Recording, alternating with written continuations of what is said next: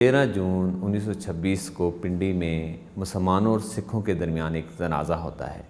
اس تنازع کی وجہ جو ہے وہ 1896 میں اس وقت جنم لیتی ہے جب راولپنڈی میں مسلمانوں کے لیے ایک جامع مسجد کی بنیاد رکھی جاتی ہے۔ اس سے پہلے پنڈی میں مساجد تو موجود تھیں لیکن مسلمانوں کی کوئی بڑی مسجد موجود نہیں تھی۔ تو گردوارے تھے، یہاں پہ مندر تھے، اور اس کی ایک وجہ شاید یہ بھی تھی کہ پنڈی شہر میں جو اکثریت تھی وہ ہندوؤں اور سکھوں کی تھی اور مسلمان اقلیت میں تھے۔ مسلمان معاشی طور پر بھی اتنے مضبوط نہیں تھے، اس لیے یہاں ایک بڑی مسجد نہیں تھی۔ لیکن جب بادشاہ امان اللہ خان یہاں ایگزائل پہ آتے ہیں اور پنڈی میں وہ رہتے ہیں تو مسلمان وہ یہ کہتے ہیں کہ اگر ایک بڑی مسجد بنائی جائے تو وہ اس کے لیے عطیہ کریں گے۔ چنانچہ ایک بڑی مسجد کا جو ہے وہ ایک پلان بنتا ہے۔ جس جگہ یہ موجودہ جامع مسجد ہے اس جگہ 18 کنال کی زمین پہ 1896 میں ایک مسجد جو ہے وہ بنائی، اس کا سنگ بنیاد رکھا جاتا ہے۔ لیکن اس وقت بھی جو ہے یہ سکھ نہیں چاہتے تھے کہ یہاں پہ مسجد بنے، کیونکہ اس کے عقب میں سکھوں کا ایک بڑا گردوارہ تھا جو آج بھی باغ سردارہ میں موجود ہے۔ سکھ چاہتے تھے کہ یہ گردوارہ چونکہ نزدیک ہے مسجد کی، اس لیے مسجد کہیں دور بنائی جائے۔ تو اس وقت پیر مہر علی شاہ صاحب جو تھے انہوں نے انٹروین کیا اور انہوں نے اپنے اثر و رسوخ سے سکھوں کو قائل کیا کہ مسجد اور گردوارے میں کوئی تنازع نہیں ہوگا تو آپ یہ بننے دیں۔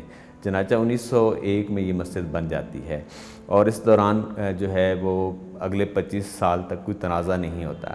لیکن پھر اچانک یہ ہوتا ہے کہ ایک جو ہے مسجد سے پیچھے ایک سینما بن جاتا ہے، اور سینما جو ہے جو بندہ بنا رہا ہوتا ہے وہ سردار موہن سنگھ ہیں جو اس وقت راولپنڈی کی میونسپل کمیٹی کے چیئرمین ہوتے ہیں۔ مسلمان یہ کیس کر دیتے ہیں کہ سینمے کو روکا جائے کیونکہ مسجد ہے ساتھ، لیکن مسلمان عدالت میں یہ کیس ہار جاتے ہیں۔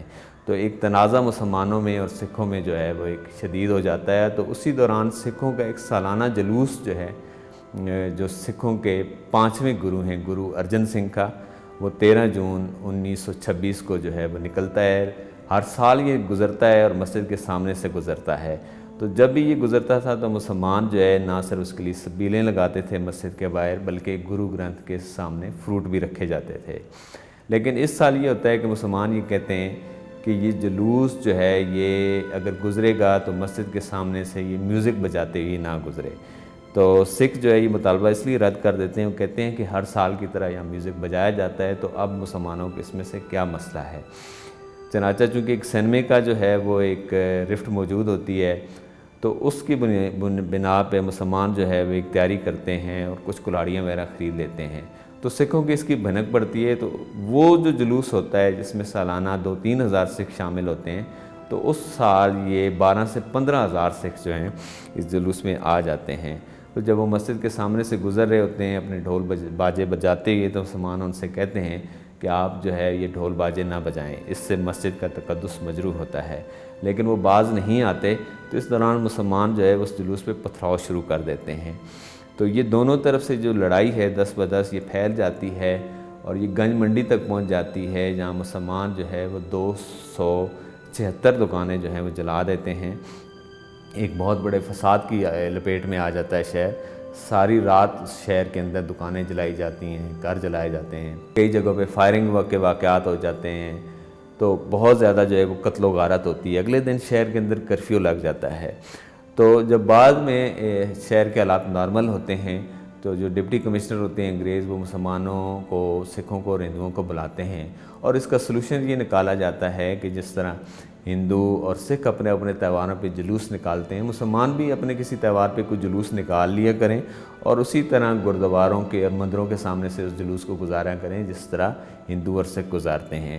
چنانچہ جو ہے مسلمان یہ فیصلہ کرتے ہیں کہ وہ عید میلاد النبی کے موقع پر، جو اس سے پہلے صرف 12 وفات کے نام سے برصغیر میں یہ دن منایا جاتا تھا، اس کے بعد اس کو عید میلاد النبی کے نام پہ ایک جلوس جو ہے وہ پہلا جلوس جو ہے 1927 کو نکالا جاتا ہے، جس میں اس وقت کے جو تاریخ دان ہیں، جو لوگ موجود ہوتے ہیں شہر میں، وہ یہ کہتے ہیں کہ 15 لاکھ لوگوں نے اس جلوس میں شرکت کی تھی۔